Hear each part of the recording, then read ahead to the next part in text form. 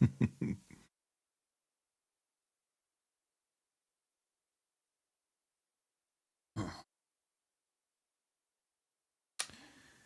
streaming, streaming. Tell me if I'm streaming. I'm streaming. Copy that. What's up, Justin?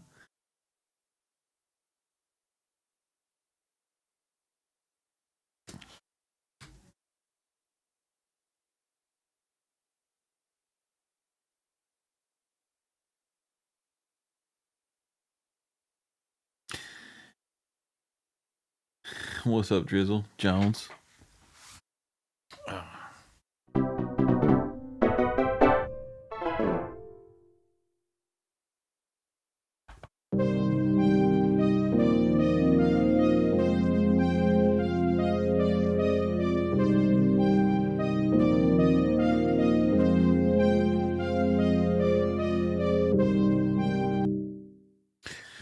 Oh, let's go. What's up, Jameson?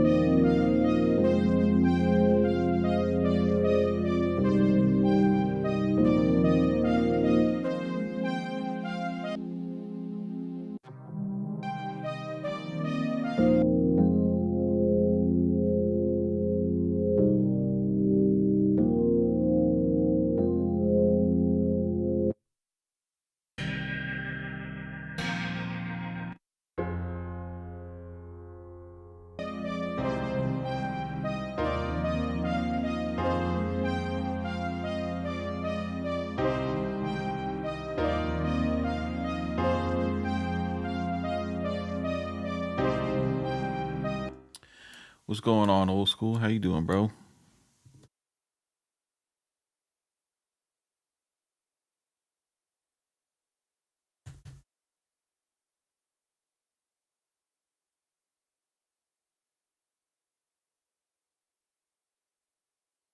Old school, you get vaccinated yet?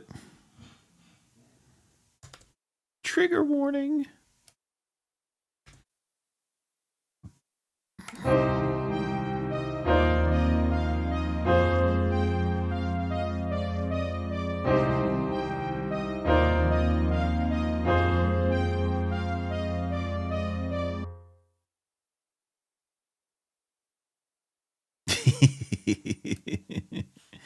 DJ Surge, what's up, bro?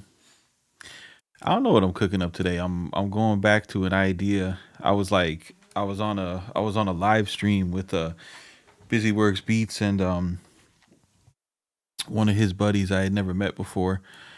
They were they had an interesting topic about streaming platforms and it being detrimental to music production and um I wasn't expecting to be on the stream. I seen him in I seen him in his Discord like going live in the stage rooms. They have like a little clubhouse feature in there in Discord now. So I popped in there and he invited me up. I didn't realize he was streaming on YouTube till like till like 3/4 of the way through it. I thought I was just talking to 12 people. Um, it's pretty interesting though.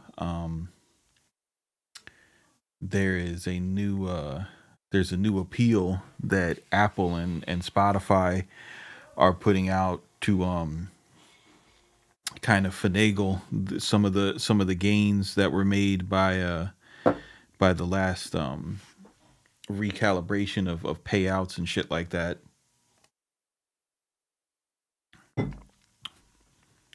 Um, but I'm so cynical, man. Like when people start talking about like this is something that's in Congress. We need to raise awareness and do something about it. I'm just always like, yeah, I don't know about that, bro. Like y'all voted for Joe Biden. I don't know about that.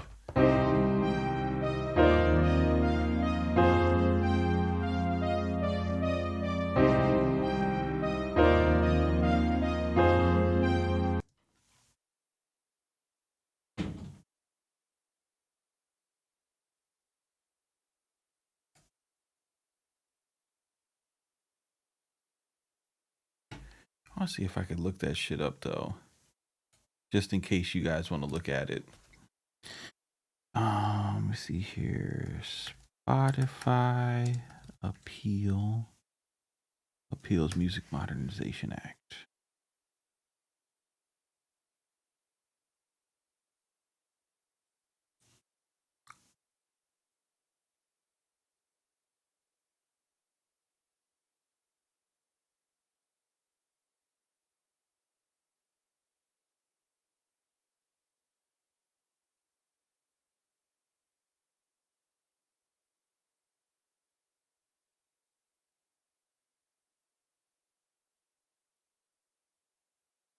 Yeah, see there. You see this is going on, and like this is happening right now. And this is like one of those things. Bro, put your glasses on and stop playing, old head. This is one of those things that yeah, this is the article right here. And then if you want to like actually look it up, you can find it. I think it's on copyright.gov. You can actually see the appeal that that Spotify is filing, and then Apple has different choices. But if you guys, Title actually did something cool, and that's the reason why I keep my subscription with Title. Because Spotify is the devil, but y'all fuck with Spotify because of playlists. Like people be mad woke until it's time and whatever. Let me chill out. But basically the long and short of it is Spotify sitting on $3 billion. They're sitting on more money than they've ever paid out. Um, and just holding it.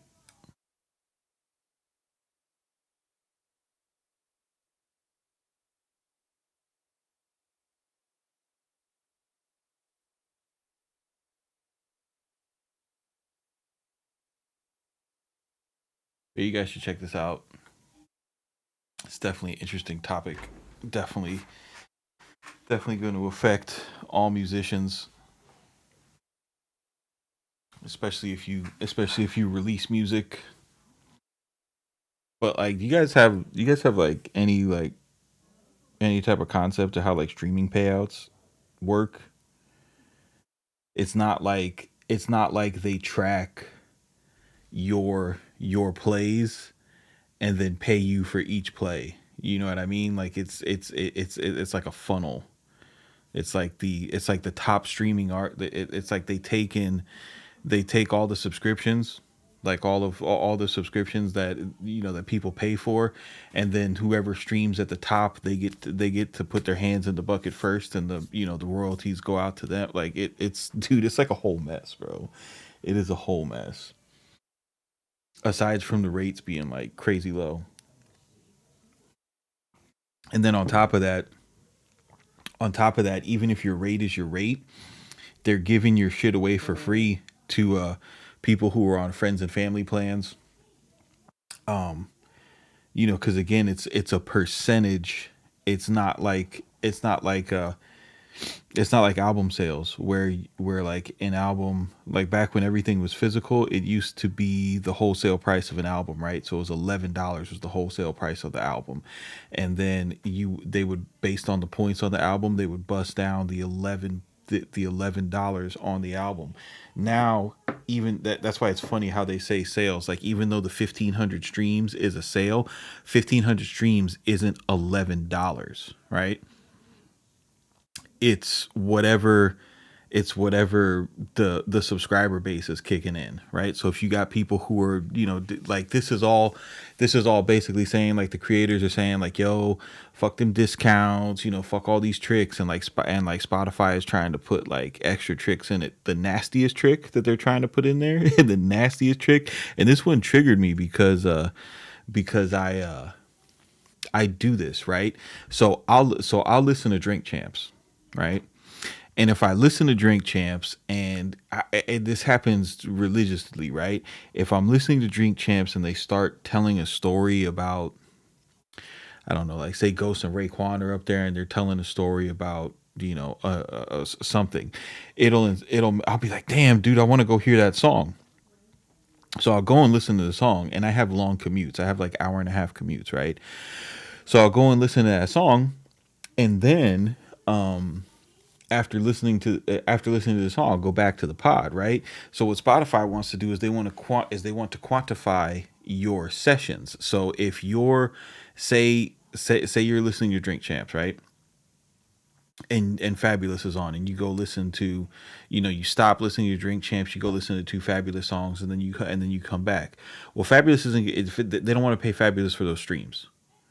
They want to say, no, you were listening to Drink Champs.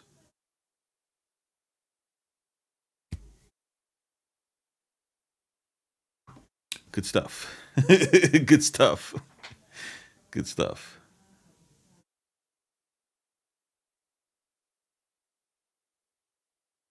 It's gonna be a good time. It's gonna be a good time, man. That's BS and nasty. Yep. It's business though, you know. At the end of the day, it's business. I think that's the thing that a lot of that gets lost on a lot of people is, regardless of what your perspective is of business, the goal of business is to keep as much money as possible, right? Like you're supposed to if you're in business, you're supposed to be keeping all of the money that you possibly can, right? You're not trying to pay out as much as you possibly can. So that's what these companies are into.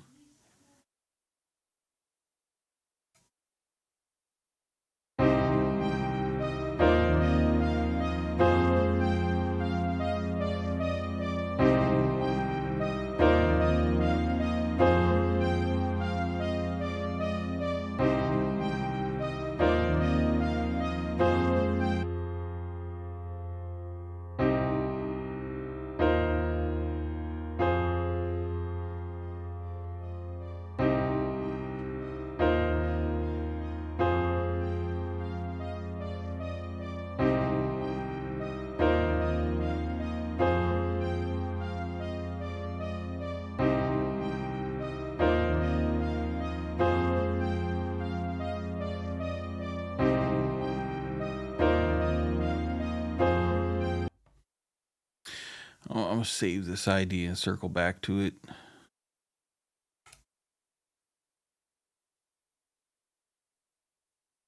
Sounds like a weekend song. Maybe it might be one day. I might just send that out like that. Oh, I'm great, so I appreciate you, bro. You said it's crazy, but it's not surprising. It's definitely not surprising, bro. Like they've people forget like Spotify was taking tremendous losses for their first 4 or 5 years in business because of what they had to pay the record labels to license the songs. You know what I'm saying? And now they're starting to turn the corner and starting to see a profit. And the music creators, and they're coming in and saying like nah nah nah nah, we need such and such, we need that. And Spotify's like Spotify's looking at it like,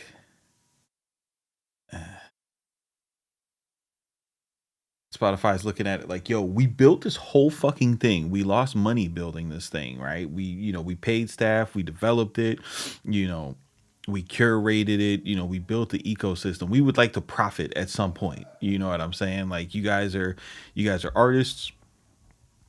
You have multiple streams of revenue. We have this one. We have this one. You know what I'm saying? This is it. This is it. We did not create this to pay you. We created this to pay us. So we've been paying your label this whole time for the rights to use your stuff.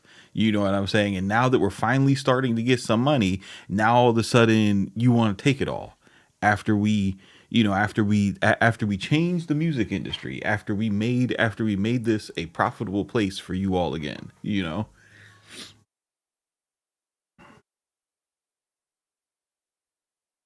That's how they're looking at it.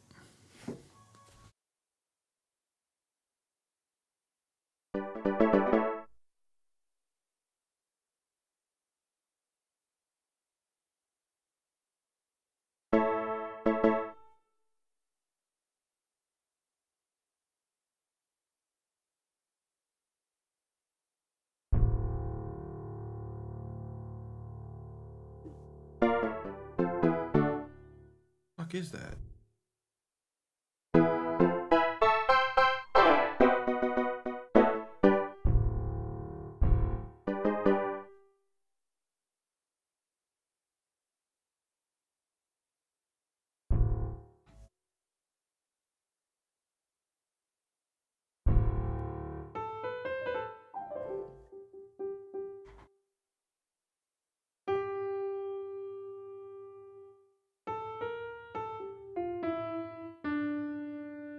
Like, what do you guys think about that? Should Spotify be able to get any money? Should they should they uh should they be able to make money off of the tech that they built? Or should they just like break even and be a public utility for people to live out their music dreams? What do you guys think?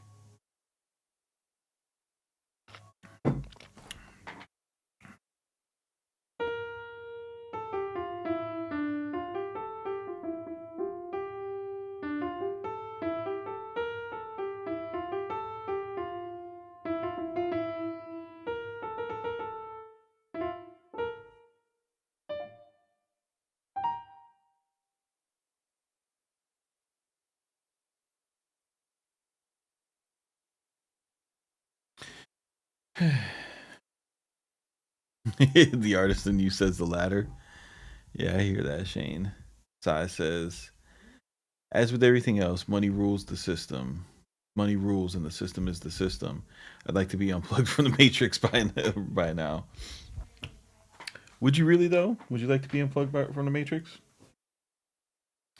When we were unplugged by the Matrix, we died at 40.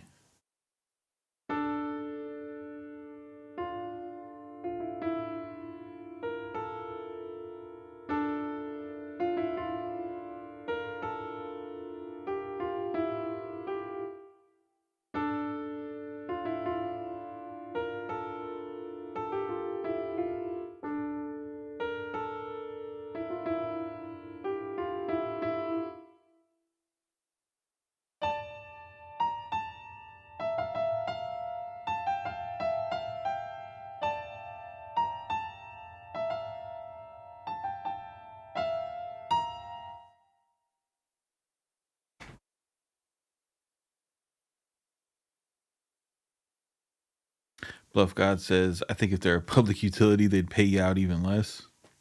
That's facts.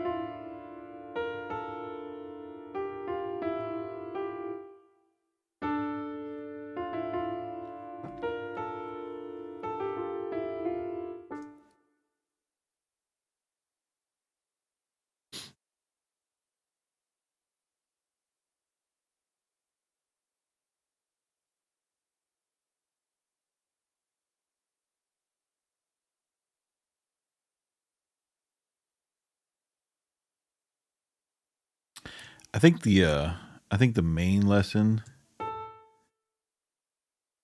to learn in all this, and this was something like this was something that I was learning, just like learning about the stock market too. And this mirrors in like everything. Is like the most benefit and the most power that a person can get, like in a marketplace. It's always going to come from the position of ownership.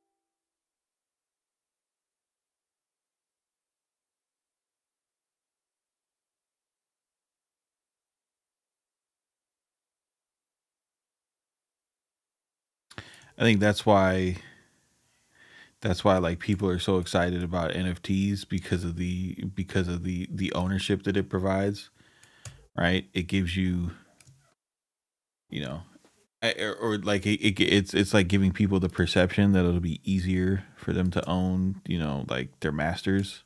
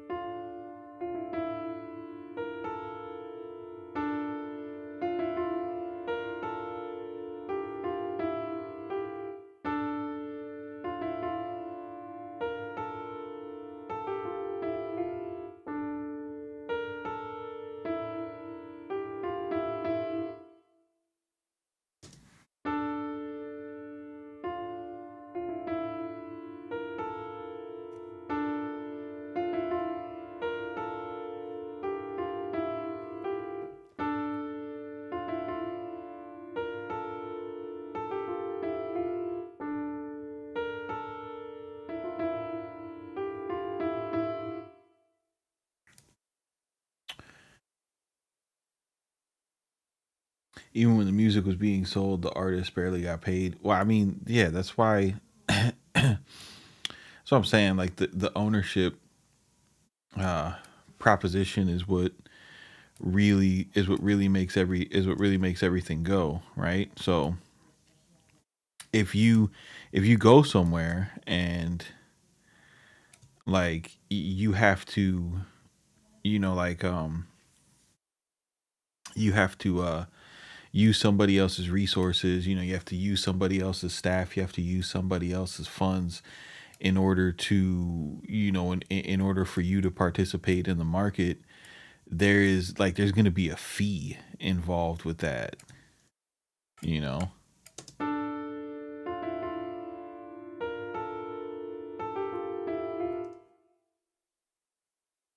like nobody's just gonna let you come and like make money with their money for free.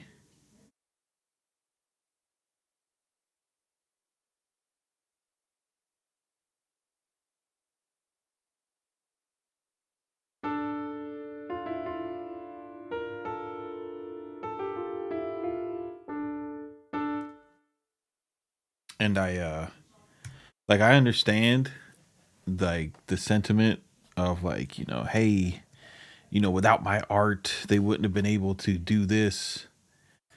But that's not like where it stops, right? Because like there's no independent artist that has done a stadium tour, right?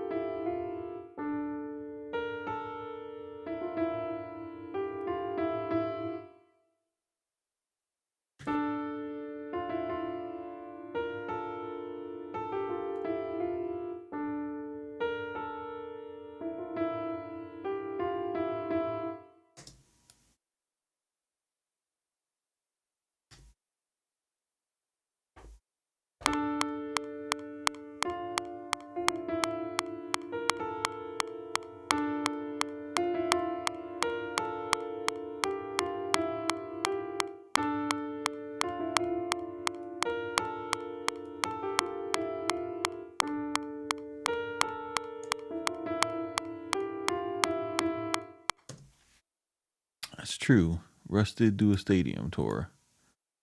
Actually, I don't know if Russ did a stadium tour. Like, I don't think I know that he's performed in stadiums with a lot of people in them, but I don't know that he's like done a tour. You know what I mean? Like when I mean it's like when I say a stadium tour, I mean like the Yeezus tour or you know, the Drake and Future tour, right? Or, the Astro World tour, not the festival, but the tour. Like 30 city run. You know what I mean? Russ is, because of the data that's available to independent artists, Russ is able to like zero in on that pocket, go and perform and hit that pocket and then put it on social media and make it look like, I mean, it's an amazing feat, don't get me wrong, but make it look like, this is what I do in every city I go to. And that's not the case, because I guarantee you if Russ tried to play the AAA, or I'm sorry, the FTX Arena on beautiful Biscayne Boulevard, he's not selling that out. You know,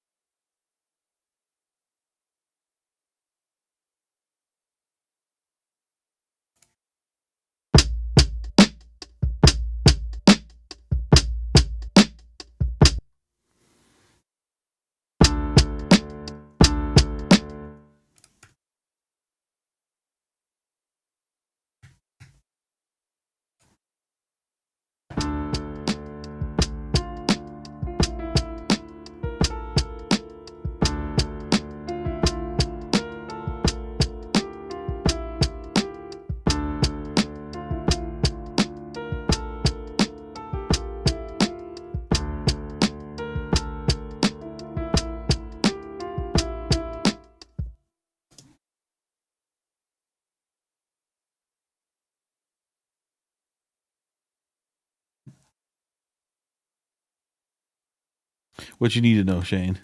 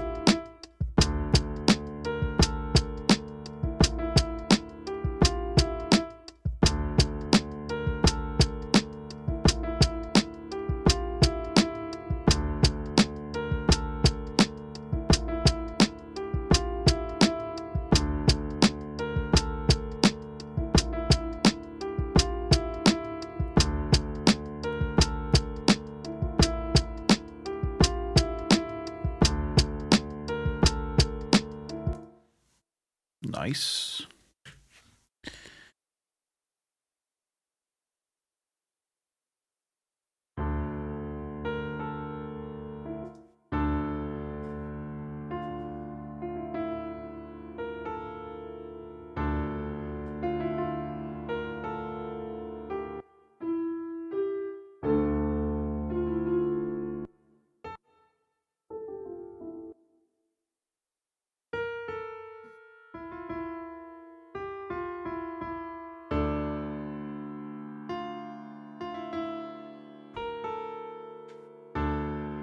Ooh, nobody wants that. Yeah, let's do that.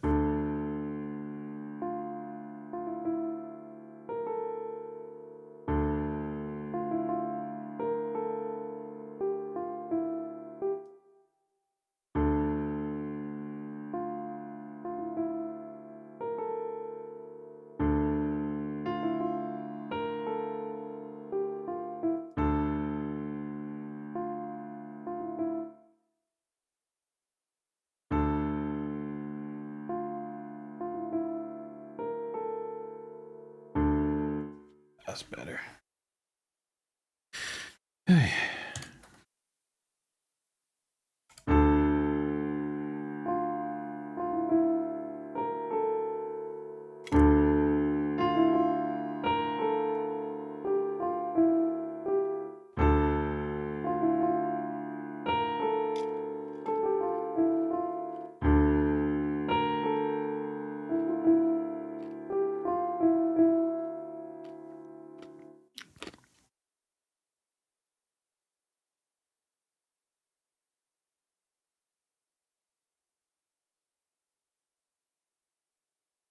How do you join the Discord? You have to DM me on Instagram. I'm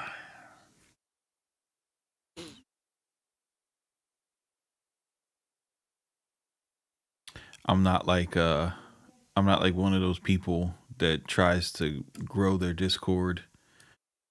Um it's a it's really its primary use is to communicate with people who are either members of sample class or in Studio One tutorials. You guys that just know me from YouTube, you're more than welcome to join, but you have to DM me on Instagram and then I'll give you the link. I don't post it on YouTube because when you have a Discord that just like anybody could join, it gets it gets weird, man. There's a lot of weird people online, dude.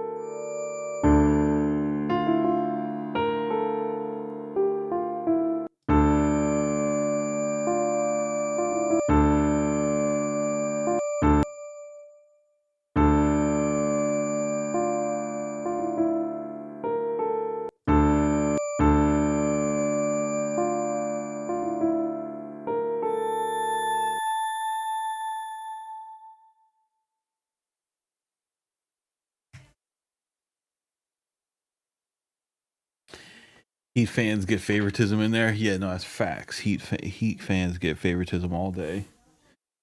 Also, bring back the bubble. No, do not bring back the bubble. You know what the problem is? You know what the problem is? I'll talk to you guys about that.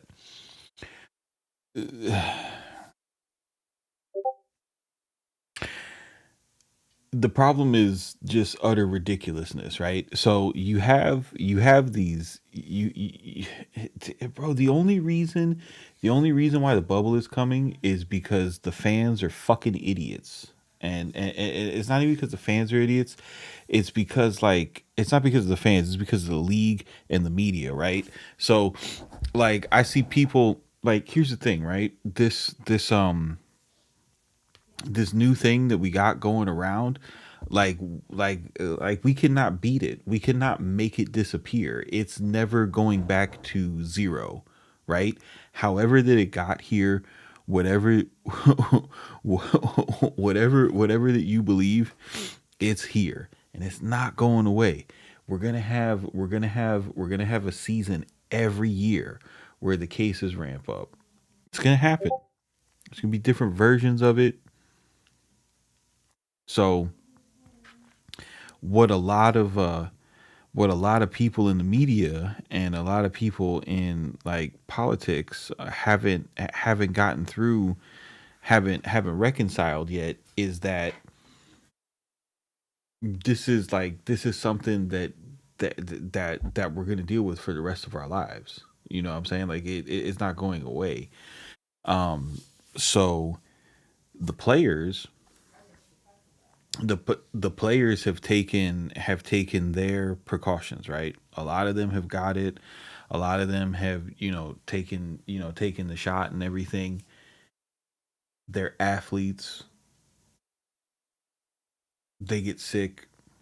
They deal with the lingering effects because that shit is real.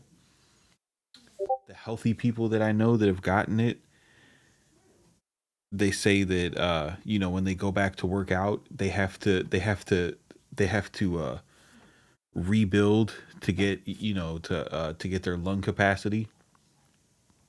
Takes them like 6 months to a year to get, to get back to be able to run those 3 miles that they used to, you know.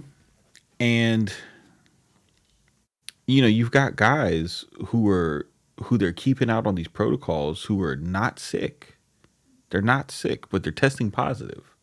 They're not sick, but they're testing positive.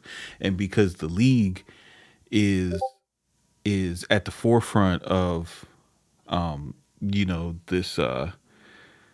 this Rona Zero agenda, where it's just like, yo, we're gonna make this disappear and go away. Their posturing is such, right? But, like, I like that, like LeBron got the Amarion, but he was not sick, but he could not play because he tested positive, right? I was talking to somebody yesterday who got it, and they tested positive for 28 days. They tested positive for 28 days, right? But they did, let me turn this shit off.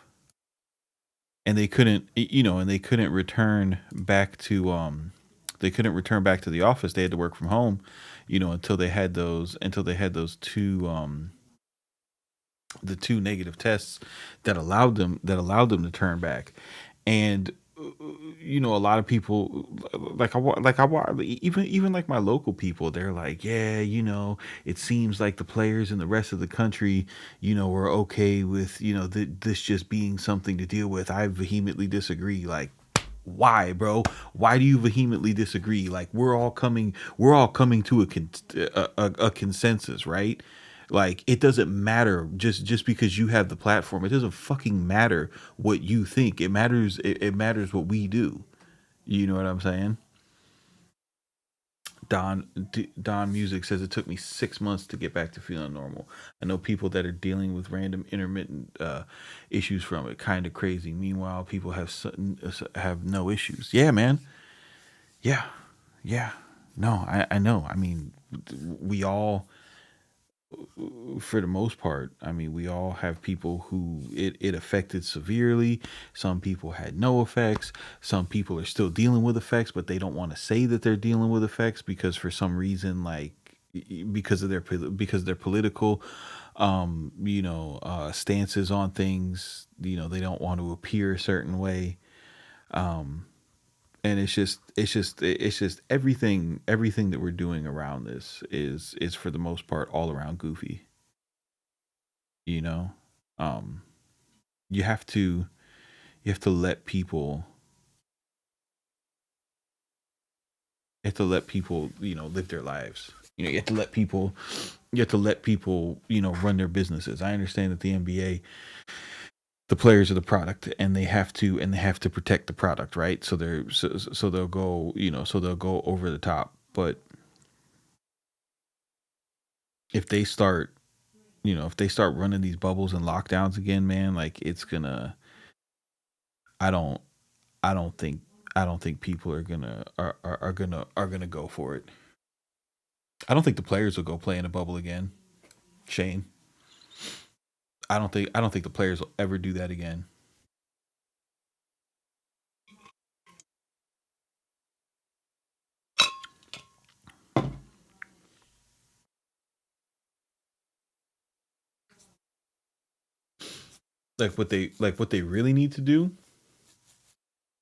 What they really need to do, like just like dude, just give them like if it was my league to run, here's what I would do, right? Everybody got to be vaxxed. Everybody got to be boosted, right? Everybody got to be vaxxed and boosted. Go play.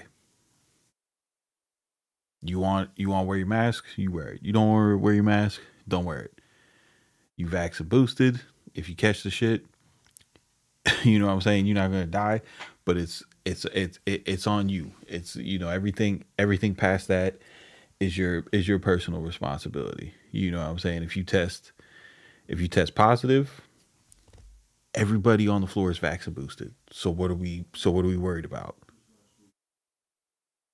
You know what I mean?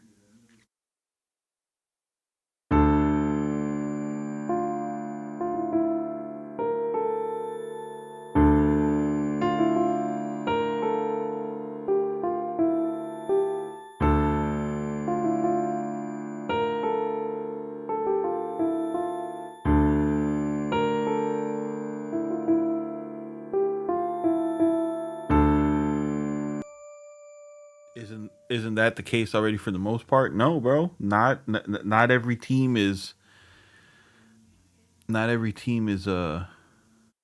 with it. You gotta start vaccinating our pets. Our pets, I guess. I don't think you gotta vax your pets. But if I'm running a business, you know what I mean, where I'm where I'm where I'm where I'm putting where I'm putting athletes out to play and get sweaty on each other. We gonna do we gonna do vaccines all day. We gonna do that because that way we can because that way we can get rid of the testing bullshit, right? Unfortunately, the studies are showing that the new variant evades the vaccines, and the studies are also showing that the new variant is a sniffle. Delta's still a bad baby, but Omarion is a cold.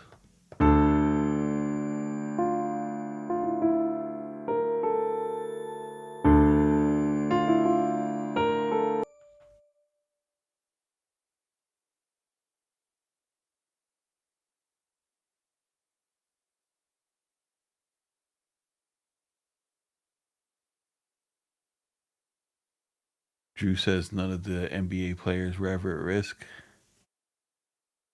I mean, it depends on how you define risk. I don't think many of them were at risk for dying, but I don't know if you watch the NBA, but if you watched an NBA team where the players got where players on your team got it, there was 100% lingering effects from that shit. And I mean, like I'm the type of person I watch like 60 to 70 regular season games of the Miami Heat. You know what I'm saying? So when when Jimmy Butler and Kendrick Nunn got it, dude, dude, they were not all right. Jimmy Butler lost 15 pounds. Jimmy Butler lost 15 pounds. You know what I'm saying? So It all depends on how you define risk, bro. Like he lost 15 pounds and had to go on a minutes restriction because they couldn't, like the person that I'm talking about right now, the who caught it, like his regular like workout routine is to go run 3 miles and then go weight train, right? And this guy is like 36-year-old man, like excellent shape, you know what I'm saying? And he hasn't built up the ability to run 3 miles in a year, you know what I'm saying? So they're definitely at risk, right? It can alter their career. Like if you take, like, say someone who is in the running for NBA first team, right? And they get it, and then they have to sit out for 2 weeks, and then their respiratory system is compromised for 3 months during the regular season, right? So now now they can't play like the 38 minutes a game that they would play, which would allow them to have the type of stats which would allow them to get NBA first team, which would allow them to be eligible for a supermax contract. You see what I'm saying? Like we're talking about, like we're saying, like at risk, as if the only risk is dying. You know what I mean? Like for an athlete, the risk could be like the risk could be like not getting NBA first team, missing. I mean, like we seen what happened with Isaiah Thomas, bro. You know what I'm saying? Like, and we seen what happened with DeMarcus Cousins. You know, it's just crazy. Feel bad for those guys. That preset though, that preset.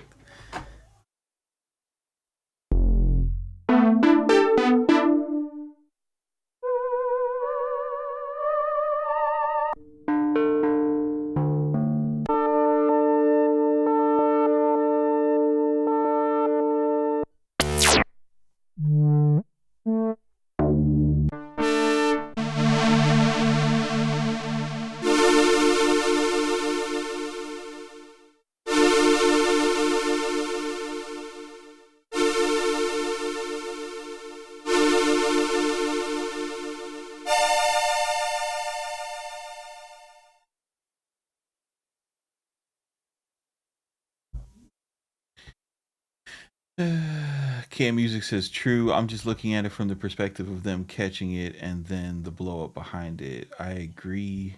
It's the sniffles, but if they have the Amarion and the sniffle, why blow it up? I don't know. I don't know what you mean, dude.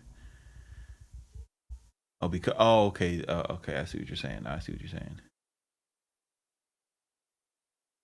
Drew says, "Yeah, everyone's gonna get it eventually." Anyway, I'm not getting it. I am not getting that shit. I'm not getting it. I'm going to be the one that does not get it.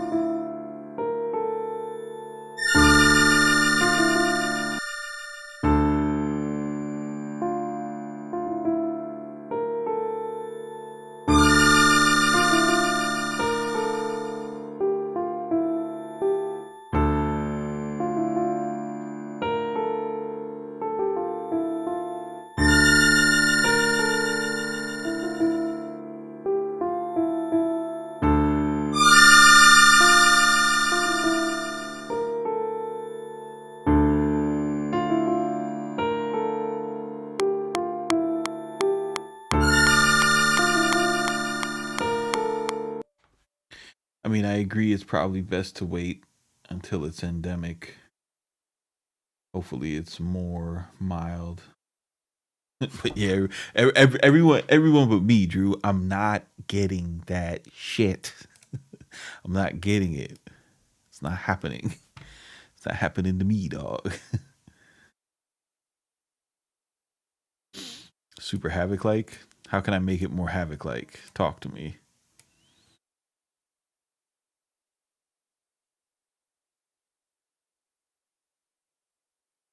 I feel like all my shit is like if Havoc was from Miami.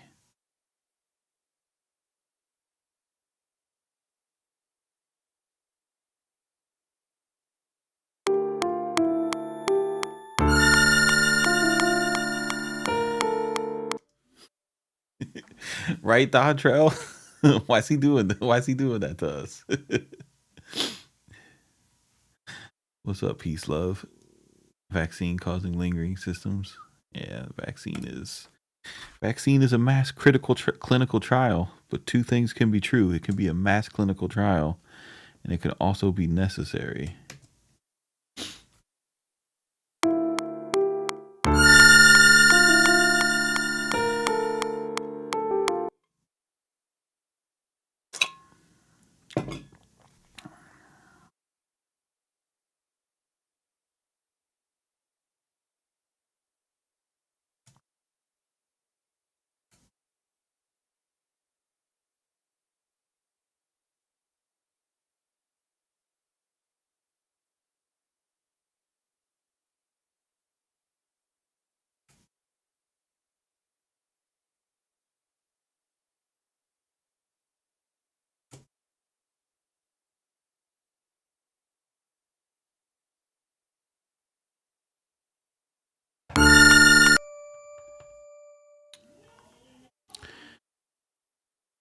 But I tell you what I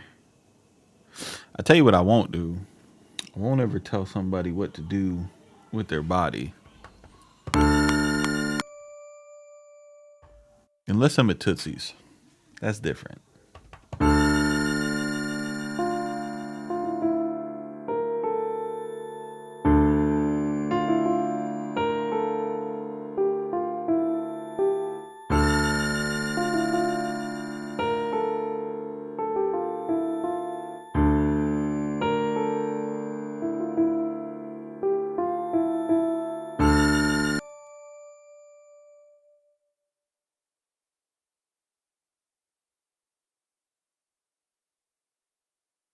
I just can't wait till they come up with like a Tamiflu for that shit. You know what I mean? Like a nice little packet you can get you can get on prescription. That when you get it, you just take the packet, warm that shit up.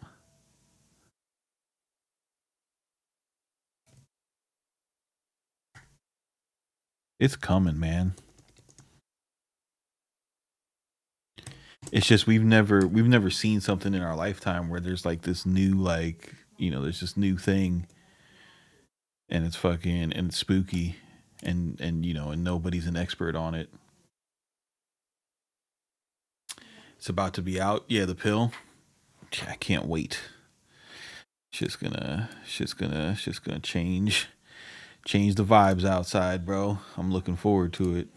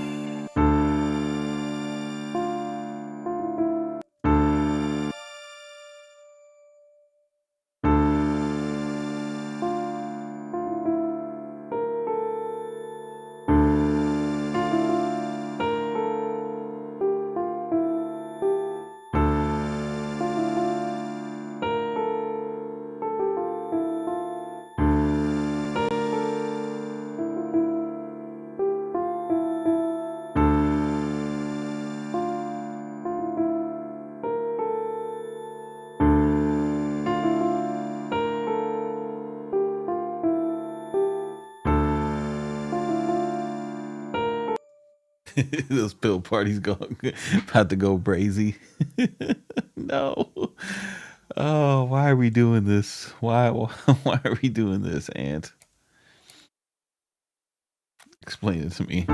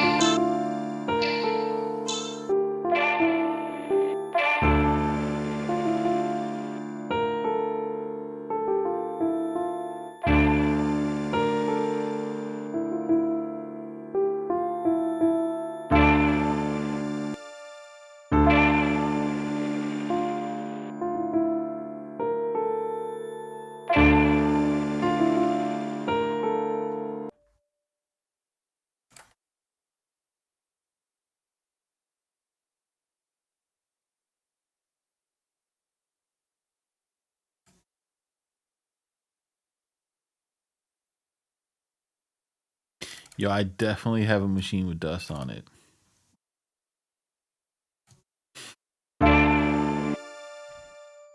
Yeah, sitting on the floor back there, just hanging out. I actually, I'm getting closer to selling it. I put in with Native Instruments for the license transfer and got that approved. So we're on our way.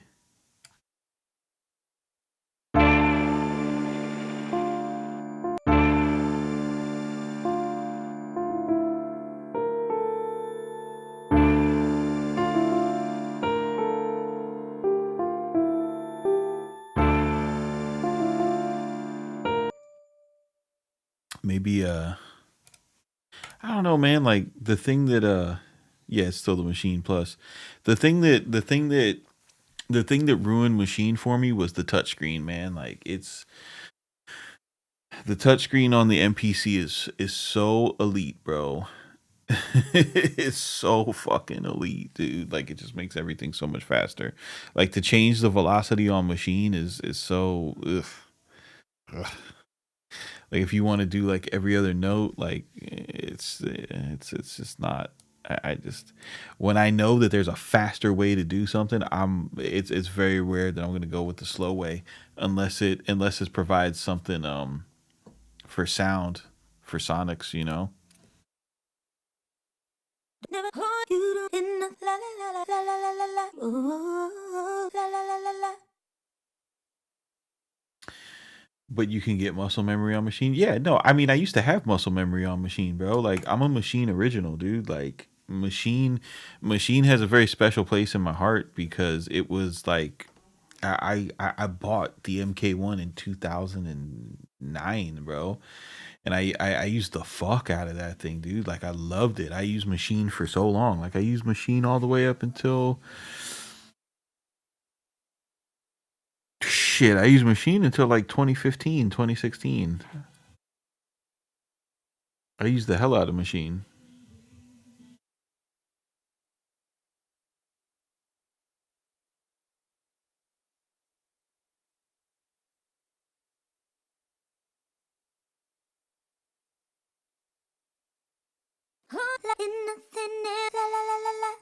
Yeah, yeah, say that, yeah, yeah, say that, yeah, yeah.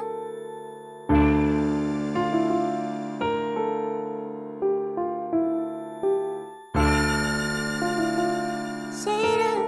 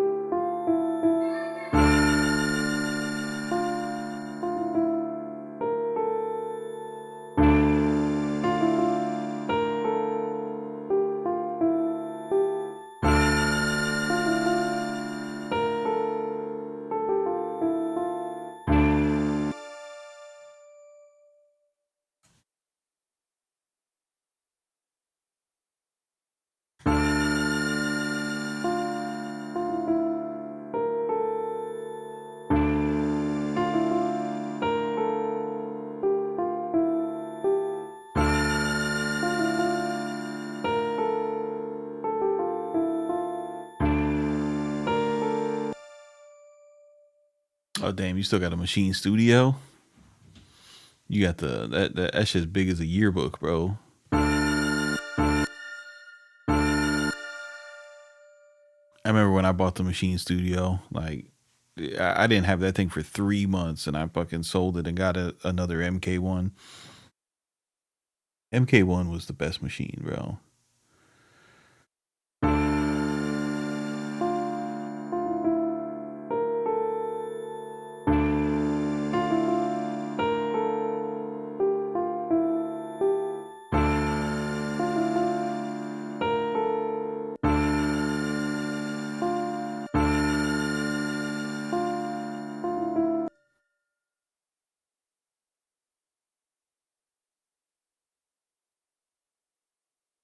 You still on the MK1? Yeah, MK1 is. You know why the MK1 had the MK1 had everything that you needed on it. Like it was super streamlined. Like they didn't need to add any more buttons, no nothing. Like that shit was da da da da da da da. Like they had it down perfect on that one.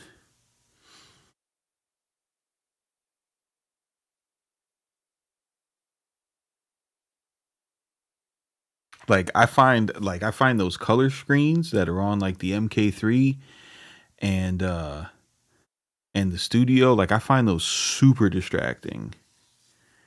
I don't know what it was. I mean maybe it's just like my comfort level with older gear, but just those two simple screens. I even liked browsing on those simple screens like that. Like it was so simple and straightforward.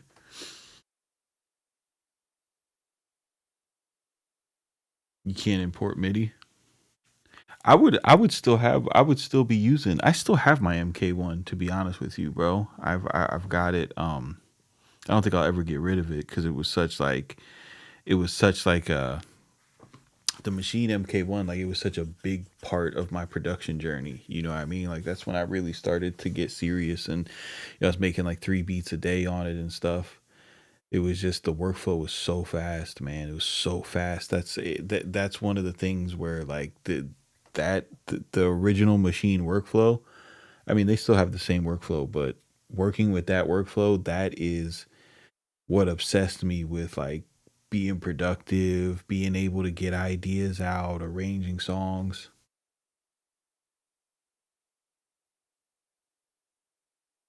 It's just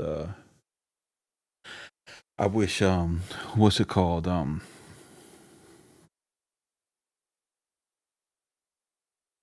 know. I didn't really have no complaints about machine or the machine software or nothing like that. I just like if I'm gonna use one of those things, I'm gonna use an MPC because it's just that touch screen is undefeated.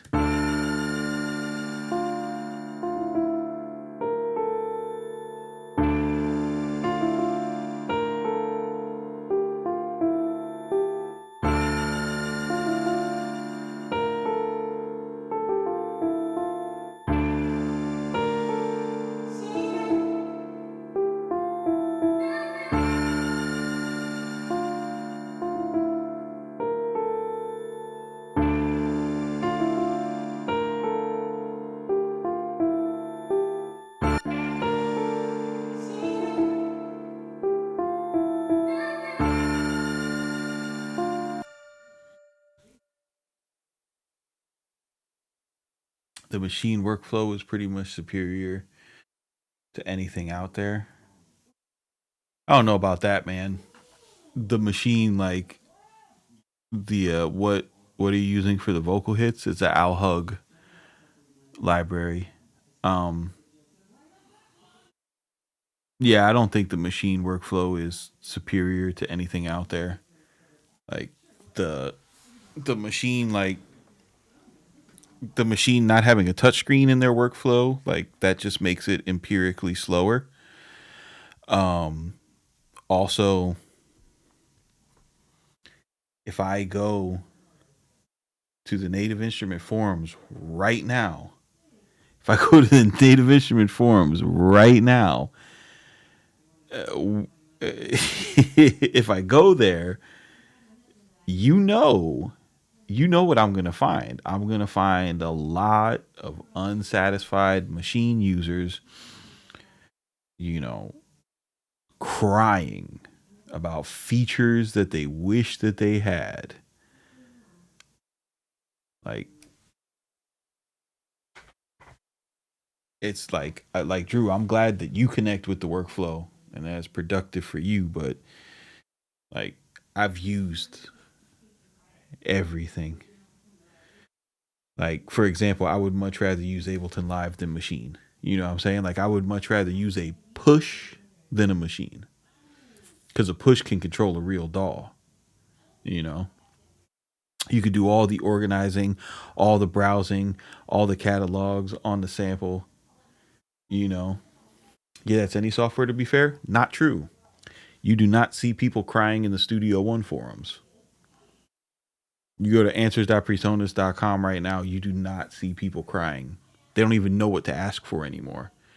Like they're at, like Studio One is at the point where they're just like asking for features from other DAWs. Like they're just like, can we get clip launched like Ableton? Like there's nothing broken, right? Like because you gotta remember I'm a machine user, so I'm in the community. I know.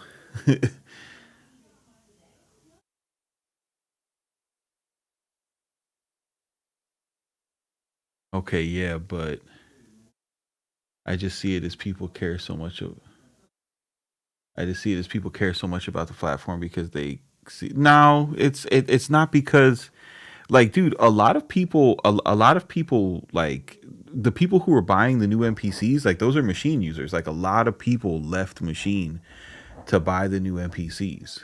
You know, a lot of people, and they all love the touchscreen.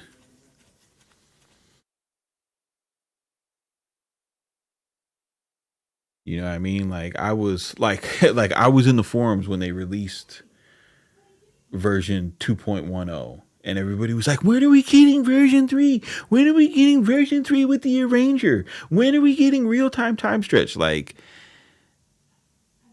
machine has real-time time stretch and people are still crying for real-time time stretch. I mean, I have both. The MPC Live isn't close to machine like workflow wise. Nah, it's the MPC Live is better. I'll tell you that right now. I have both. I have both. I have both. The MPC Live is so much better. It's like it's not even it's not even comparable. Like what is the thing that MPC or that machine does better than MPC as far as workflow? Like give me an example. Cuz I keep telling you that the touch screen is faster and you just keep saying that machine is better.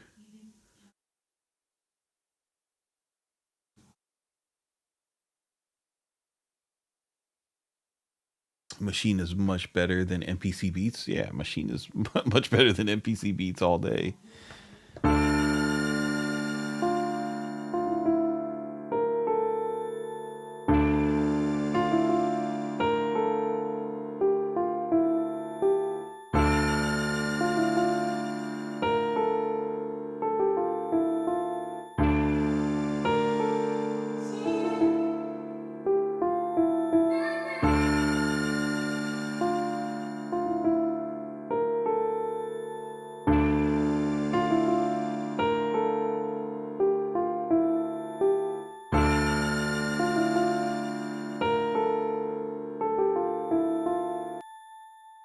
Yeah,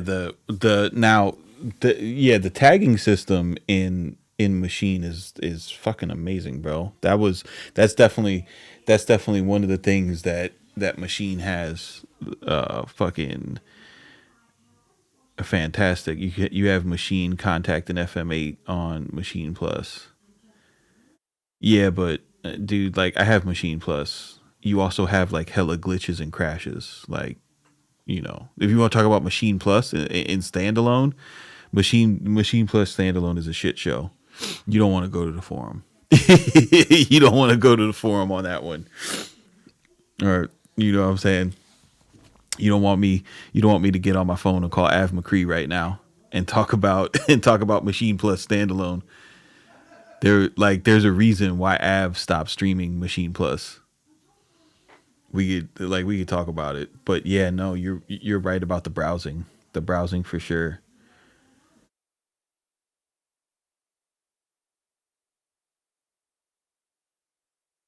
I have a Machine Plus too, man.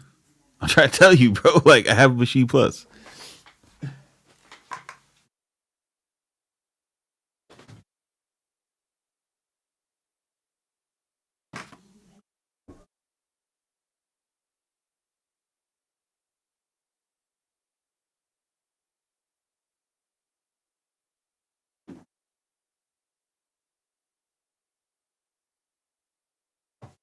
Like I know that's the thing, bro. Like I know both of them inside and out.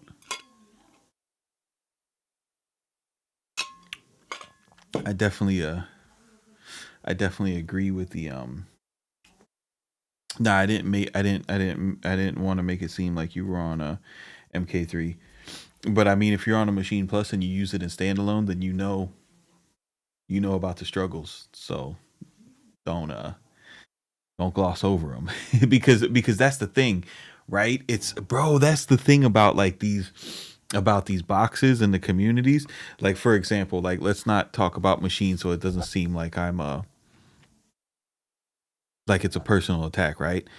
Um what's a good example of this cuz there's so many of them. NPC 1 on on NPC 1 on PC, right? Up until the last update, like 3 months ago. So for what, like a year and a half, 2 years, NPC one, NPC one on PC, bro. Those poor guys couldn't browse their SD, right? So my NPC one, since I've had it, I could plug in the SD and then USB to the Mac, and then read my SD card, drag and drop files into the SD card, no problem, right? And it's always hilarious to me because whatever people have, it's what they talk up, right? People really aren't empirical with with their critiques, right? Um so I never knew that that was a problem, that they couldn't do it. They just found the workaround. And then once I seen it in the in the patch notes, like, oh yeah, we added the ability to browse your SD drive, for Windows users. I was like, yo, you guys have been living in poverty for a year and a half and you never said anything. You just got on here and told me that this was the best NPC, and that PC is superior to Mac because you can build better specs. Like that fucking matters for less money. You know what I mean? But you can't browse your SD card. Oh man, you down bad, bro. And that's what people do. But nah, bro, that's I gotta disagree. Even though I do miss the tagging system, even though I do miss the tagging system, if I'm going to make a track, right? If I'm gonna sit down and make a track, whether it be sample based or whether I'm gonna be standalone, and you put a machine in front of me, and you put a and remember I've been using machine since it first came out, right? And you put an NPC in front of me, I am going to make something faster, and that's what speaks to workflow, right? So workflow is about speed and efficiency.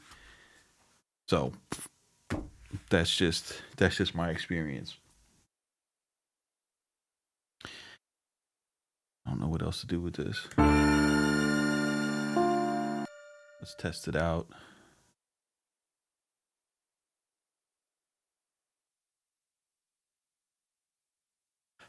Probably need to add like a second part to it.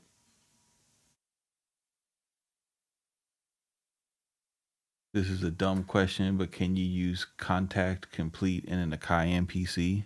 I mean, Are you talking about in standalone or are you talking about in the software? The software hosts VSTs, but you can't use contact and complete in any standalone device.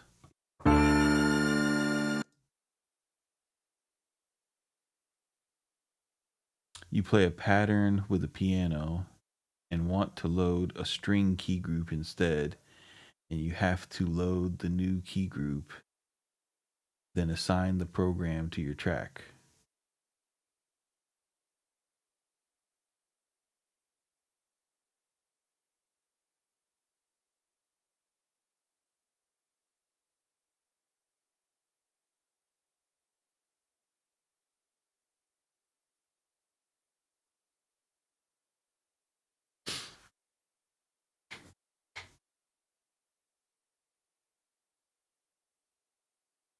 It's not a fast workflow for swapping key groups. I don't know why you're using that many key groups though.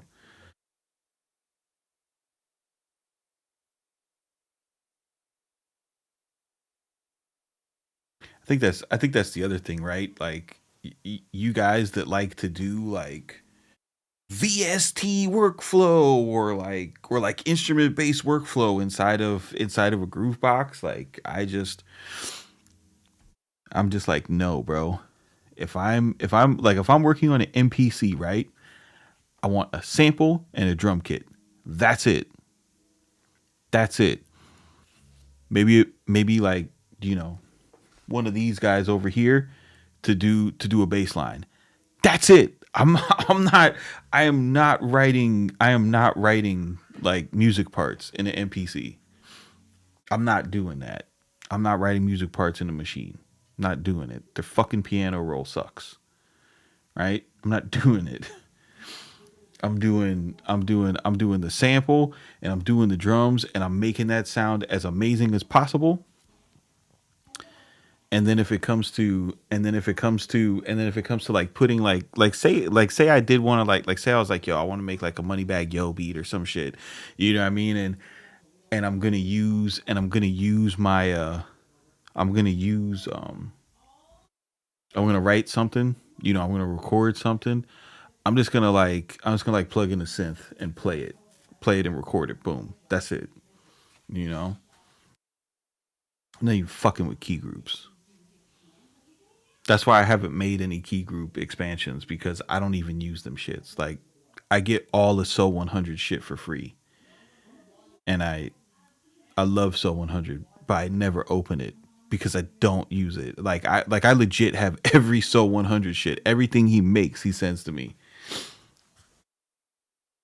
But it's just like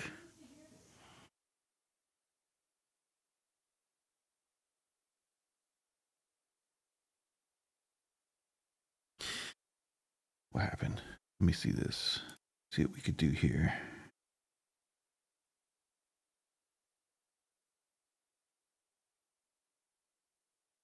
Cause I noticed that's what like that's where everyone's complaints come from is trying to play like virtual instruments inside a machine or inside of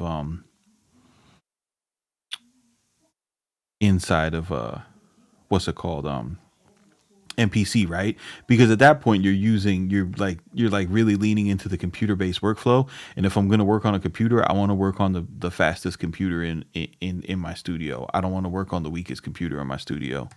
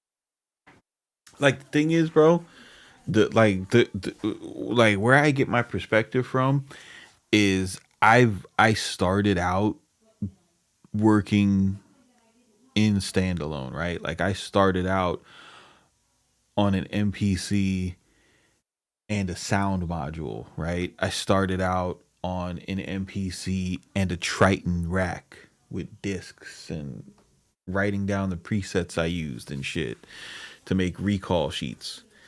And there's no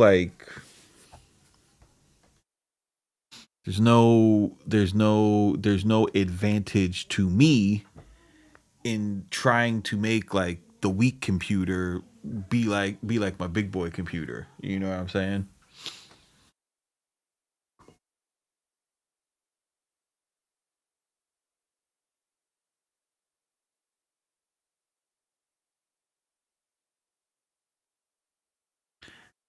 But MPC has a history of being a platform for hardware secrecy. That's correct, bro. You know what MPC stands for? Originally, MIDI Production Center. They changed it later on. I started out on the Motif Classic keyboards and worked in that for years. Yeah, bro. Workstation vibes. But you don't, you know, it's nice to be able to it's nice to be able to go off like not having the monitor. That's awesome, right? Like that's what I liked about Machine, because finally I had something. And like here's the thing, like when I first got Machine, that was the whole lore of it, right? I don't have to look here, I can look here. And it was the same thing, it was just sample drums, started here. And the way that Machine was originally advertised, like it's still, they've never called it a DAW, that's you retards that do that shit. But it was the sticker on the fucking box, dog. Like it was the sticker on the box. It was like the ultimate sketch pad for your ideas, right? And that's the way it was. And it always had drag and drop. So that was the most amazing thing to me. Like I could take open up they called it standalone, but open up the Machine software by itself, you know, make a beat with a sample, sample some shit, da da da da da da, and then open it up, drag and drop everything into Logic, and then boom, like put Omnisphere on it, put Camel Crush on it, start getting busy like that. So that's how I've always approached these things. I've never ever looked at these things and been like, yo, I want to do everything inside this. I think that's where I get the perspective I have on them.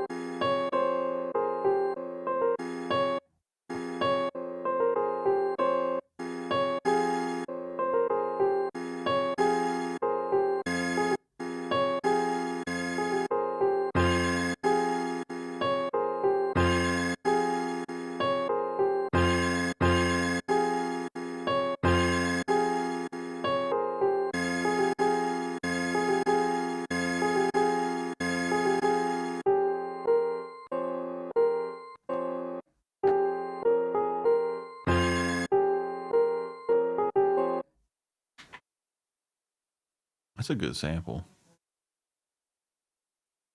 Yo, sometimes like something like this, I don't like until I chop it. There's a lot to work with here.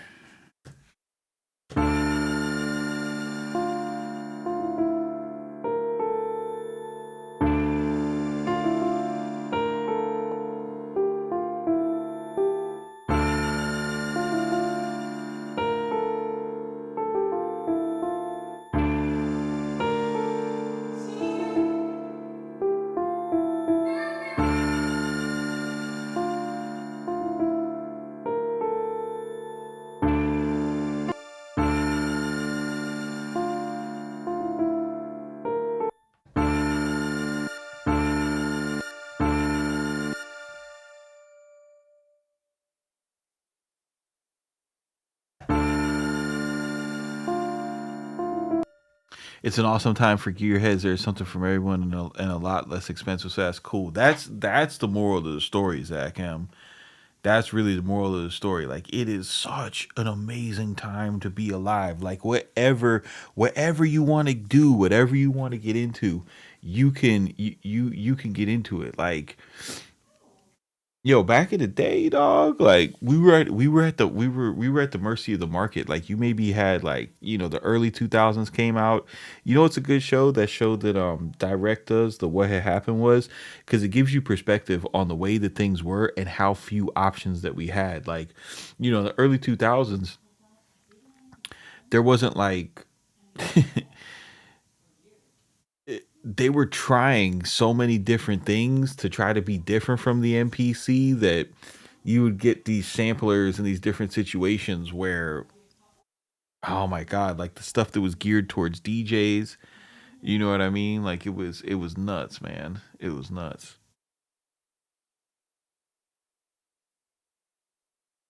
Yeah, no, it was pawn shops, bro.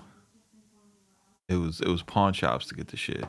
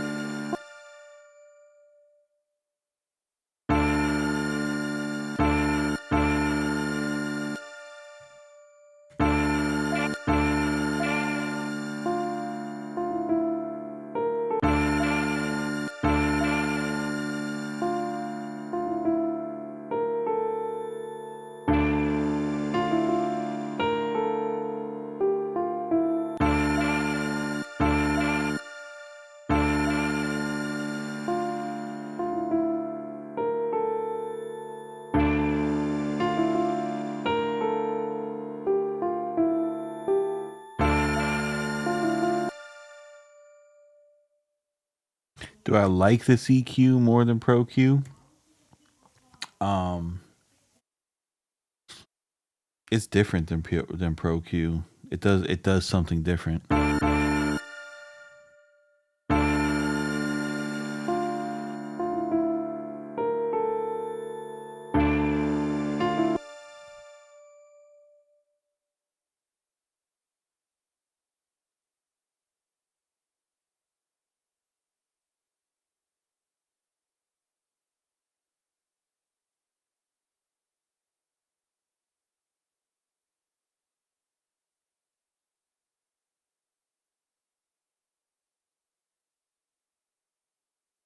Like it does a lot of the similar things. Like you can just control the sides.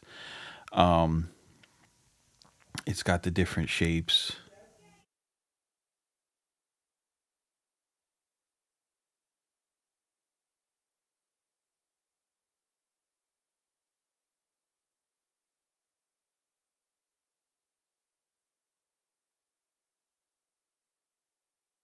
But this is what's cool.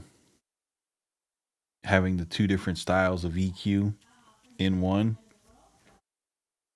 it's nice.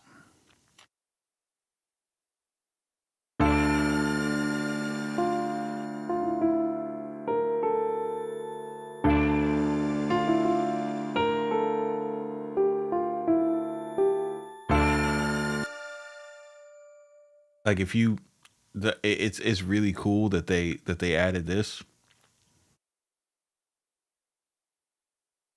So like the transient boost transient gain, quickly increase presence, punch, and thud.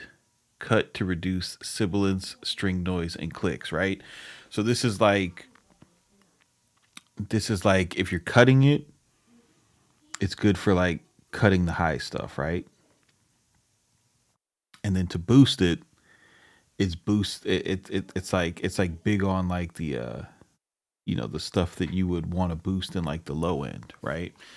The tonal stuff, the boost is like the boost is like, the presence, like the sexy, like airy shit, and then the cutting it is like cutting resonance, cutting boom, and cutting boxiness, right? So that's what I like. That's the one thing that this has on ProQ is that it gives you these two different styles of these two different ways to hit the signal, right? So like the way that Six told me to use it, he's just like, yo, just use it the way that you would your regular EQ, and just go between the two. And what it does is it just gives you more control over the frequencies than a traditional EQ. That's all.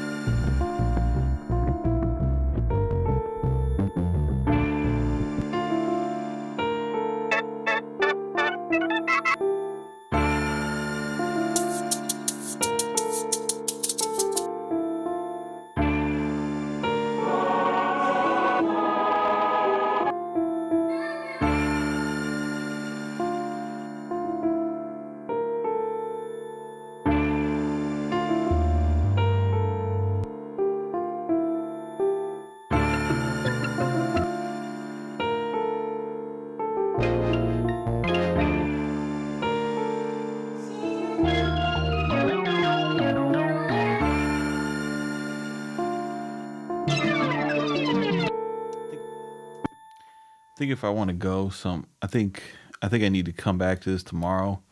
And what I'm gonna do is like this will be like an A section. I'll make this like an A section.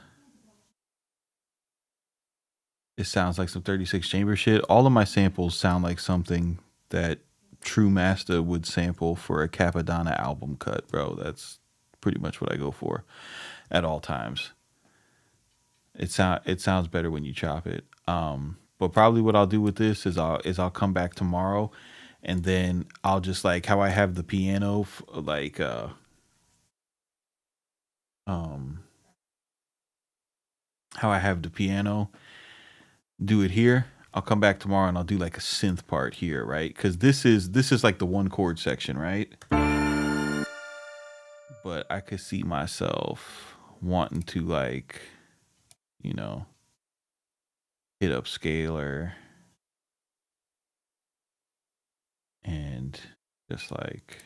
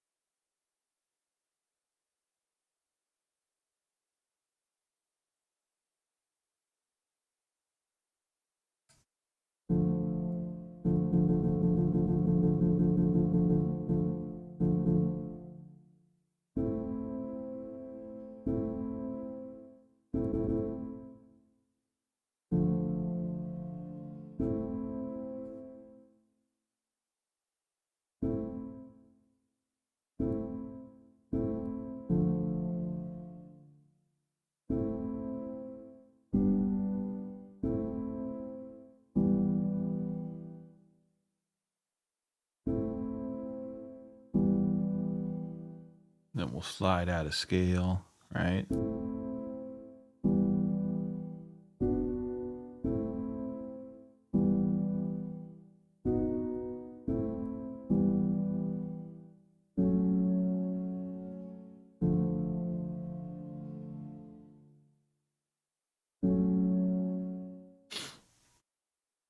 So watch this.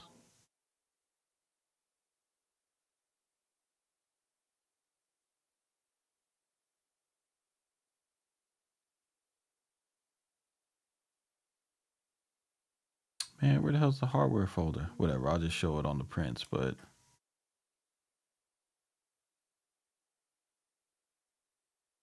there's our D minor there.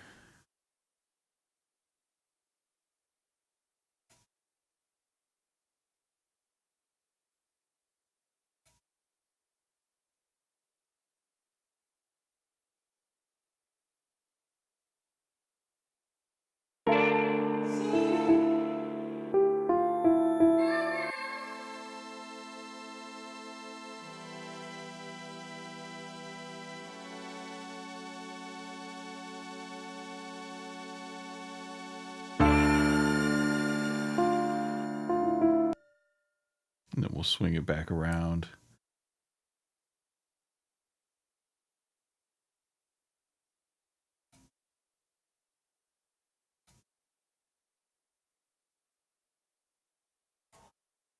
Like, just so you could kind of get an idea what I'm thinking.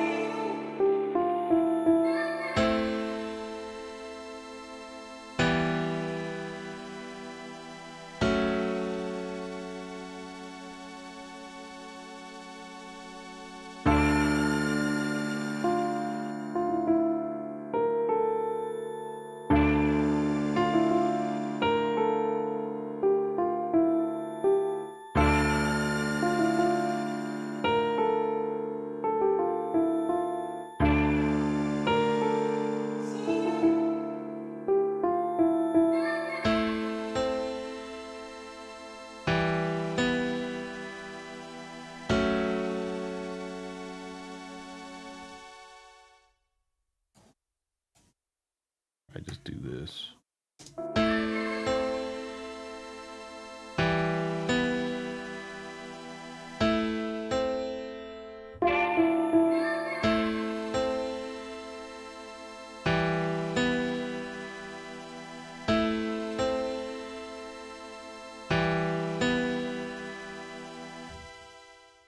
You know, but do like a little idea like that way we can swing it back.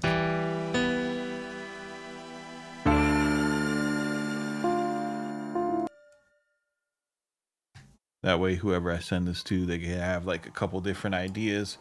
But this is just like, that's not how that's gonna stay. I'll build it out and put some more melodies on it. But oh man, I'm gonna hang out and watch some basketball, guys. You guys keep it simple, don't be basic. I appreciate y'all tapping in. Stop by CMP Kits, get yourself some samples, get yourself some chords, load up your scaler and your ripcord.